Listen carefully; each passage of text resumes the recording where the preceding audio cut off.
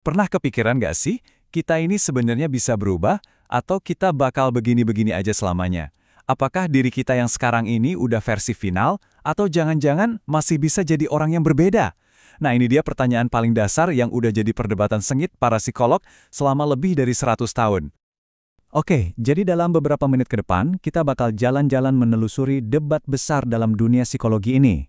Kita mulai dari pertanyaan intinya, terus kita lihat dua kubu yang pandangannya bertolak belakang, sampai akhirnya kita tiba di sebuah kesimpulan modern yang semoga ya bisa mencerahkan. Coba deh, renungin sebentar. Pertanyaan ini kelihatannya simpel, tapi sebetulnya dalam banget. Ini bukan cuma pertanyaan akademis, tapi pertanyaan yang menyentuh inti dari siapa kita sebagai manusia. Oke, yuk kita selami lebih dalam. Jadi, akar dari semua perdebatan ini tuh ada di satu titik. Ketegangan antara determinisme, yaitu gagasan kalau kita ini dibentuk sama masa lalu, dan plastisitas. Gagasan kalau kita punya kemampuan buat berubah. Mari kita bedah sisi yang pertama dulu. Kita mulai dari sebuah ide yang kuat banget, gagasan bahwa kepribadian kita itu sebagian besar udah ditentukan oleh kekuatan-kekuatan dari masa lalu kita. Seringkali, kekuatan ini bekerja di luar kesadaran kita. Nah, tokoh utama di balik konsep ini adalah Sigmund Freud. Dia percaya kalau inti dari diri kita, cara kita menghadapi masalah, cara kita berhubungan dengan orang lain, itu semua udah terpahat sejak kita kecil. Hal ini menurutnya secara nggak langsung membatasi seberapa radikal kita bisa berubah di kemudian hari. Nah, ini dia yang menarik. Walaupun pandangan Freud ini kedengarannya pesimis banget ya, tapi ini relevan banget buat memahami kenapa kita seringkali terjebak dalam pola yang itu-itu lagi. Misalnya, kenapa kita cemas terus-terusan, atau kenapa kita suka menyabotase diri sendiri, padahal kita tahu itu merugikan. Ini ngingetin kita kalau perubahan itu butuh lebih dari sekedar niat. Tapi tentu aja nggak semua pemikir setuju sama Freud. Sekarang, mari kita pindah ke sisi seberang dari perdebatan ini. Sisi ini justru berpendapat kalau kepribadian itu bukan sesuatu yang statis dan terkunci, melainkan sebuah proses pertumbuhan dan transformasi yang berjalan terus seumur hidup kita. Perbandingan ini nunjukin jelas banget pergeseran pemikiran yang radikal dari Freud ke Carl Jung. Kalau Freud melihat kepribadian sebagai hasil akhir dari masa lalu, Jung justru melihatnya sebagai proyek seumur hidup yang penuh harapan untuk menjadi utuh.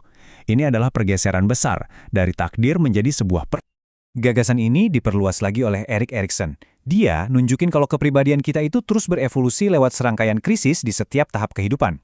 Misalnya nih, kalau di masa kecil kita berhasil belajar untuk percaya, itu akan jadi fondasi yang kuat untuk bisa membangun hubungan intim saat dewasa. Jadi, identitas kita itu nggak ditetapkan sekali di masa kecil, tapi terus-menerus kita negosiasikan ulang seiring kita tumbuh.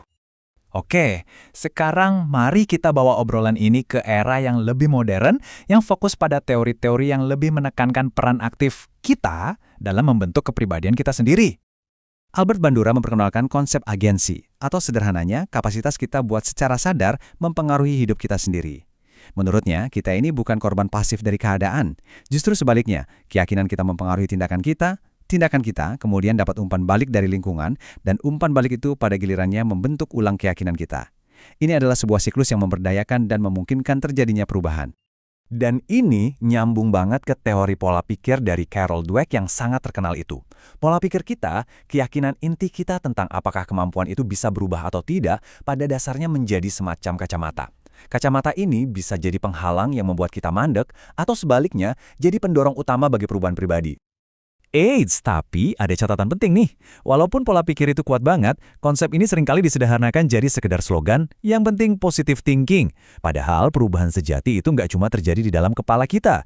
Perubahan itu juga sangat dipengaruhi oleh faktor-faktor kompleks di luar sana, seperti lingkungan sosial kita dan kesempatan yang kita miliki. Jadi, setelah melihat kedua sisi perdebatan ini, kita ada di mana sekarang? Nah, jawabannya ternyata bukan tentang memilih satu pemenang. Jawabannya adalah tentang menyatukan berbagai perspektif ini menjadi sebuah gambaran yang lebih lengkap dan utuh. Dan disinilah semua kepingan puzzle itu menyatu. Kepribadian kita ternyata adalah hasil dari interaksi yang dinamis. Masa lalu kita, seperti kata Freud, memang menyediakan fondasinya. Tapi perubahan tetap menjadi proyek seumur hidup yang penuh harapan, seperti yang diyakini Jung. Di setiap tahapnya, identitas kita terus bernegosiasi dengan dunia, seperti yang ditunjukkan Erikson. Dan semua ini didorong oleh keyakinan dan tindakan kita, sebuah siklus yang dijelaskan oleh Bandura dan Dweck. Inilah inti dari semuanya. Perubahan itu mungkin terjadi, tapi ini adalah proses yang kompleks. Proses ini menuntut kita untuk sadar akan batasan dari masa lalu kita, sekaligus sadar akan kebebasan yang kita miliki untuk masa depan. Kita tidak sepenuhnya ditentukan oleh masa lalu, tapi kita juga tidak sepenuhnya bebas. Jadi, kita tutup pembahasan ini dengan satu pertanyaan yang kembali kepada Anda. Ini bukan lagi tentang teori, tapi tentang pilihan pribadi.